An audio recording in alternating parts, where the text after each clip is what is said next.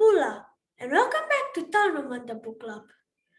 Today I am reading Matthew 24, 1 to 4. Here we go. Manimbibi mai na vani soro chisu, gai ngole sara tiko yani. Rato torami kwa sara no na tisepeli merato vakarita kavua na vivali ni vali soro. Ia e kavereto do segani ni reida na ka kedengo. Au ka vakatina vikemundo.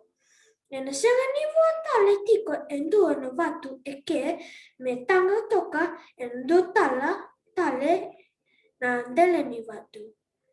Mena segani tararake. Ia, ni tambi toka ena uli vanua ni veo live. Rato lako lo mai veikoya na tisai peli. Rato kaya tukuna vekito se na yado ni naida na vekango. Ia na dava e na yado me vakata kila ve nomu ni lako mai. Ke na itini ke vura.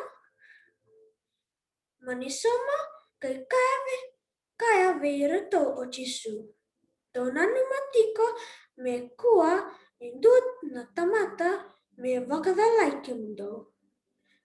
Mole!